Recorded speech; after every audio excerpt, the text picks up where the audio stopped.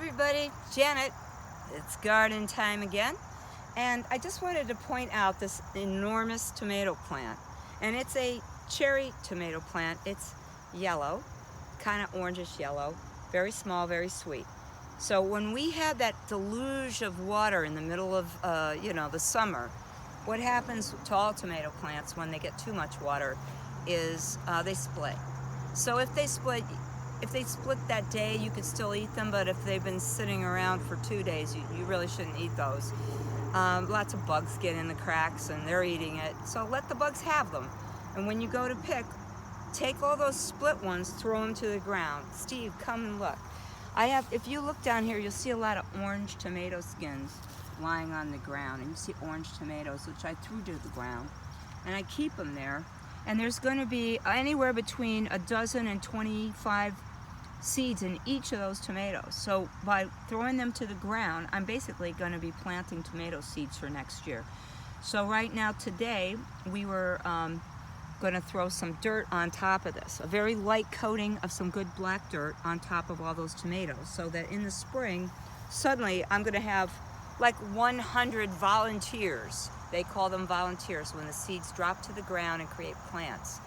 That's the healthiest way to get a plant, is to actually get it from seed in the ground naturally, instead of buying them in the store.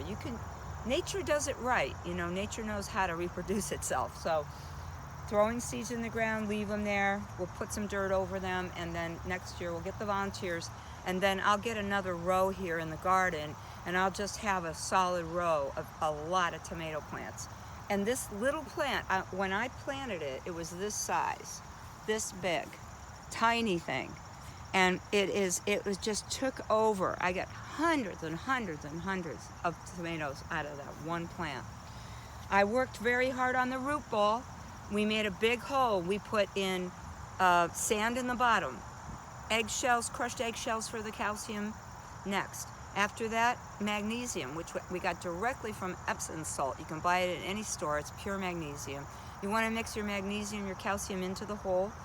And the reason why the sand is there is when it's really, really wet, if you make sure that the bottom of your plant is going to be drained by sand, so it's not sitting, your roots are not sitting in water, this way you will produce more tomatoes by giving it a drainage system. So when you're digging your hole, you want to dig about 12 inches around, 9 inches deep or more. If you could do 12 inches deep, that's better. So because I really nurtured that root ball, and I also made sure there's no weeds around it by surrounding the root ball area with the salted hay, it just produced, and it's in full sun. These kind of tomato plants have to be in 9 hours of full sun. So it also has something to do with your positioning in your garden, how much you'll produce. So, and I didn't water the plant, didn't have to, because I did the insulating salt hay, that when it would naturally rain, yes, the water goes straight through the salt hay, gets to the root system, and then it holds it, so it doesn't dry out too fast. But at the same time, the sand lets it drain from the bottom. You don't want too much down there. So I also maintain the plant by pinching all of the suckers on the leaves, which I tried to explain on another video, but everywhere, like when you see this is the leaf. I don't need that anymore, but this is the sucker. So at the beginning of the season, I was pulling suckers off this plant. The reason why is the nutrients will go to the suckers that don't produce any tomatoes. So you don't want those. You don't want a lot of greenery, you want a lot of fruit. So to get rid of the greens, you have to pull the suckers off of every leaf and just make sure it doesn't overgrow in the greenery. People say, oh, my plant is so big. Why is it I have no tomatoes? Because all the nutrients went to the leaves. You want to minimize the leaves. Make sure that you keep these on that have the flowers. They will produce.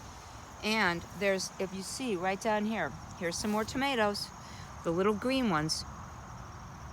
I may have to pick them as green ones and let them ripen on their own, but this plant was a miracle plant, what it produced.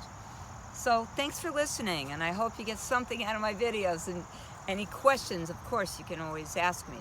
My name is Janet Mora. You can get me on Facebook and messenger me, and I can answer your questions. Anyway, thanks for watching.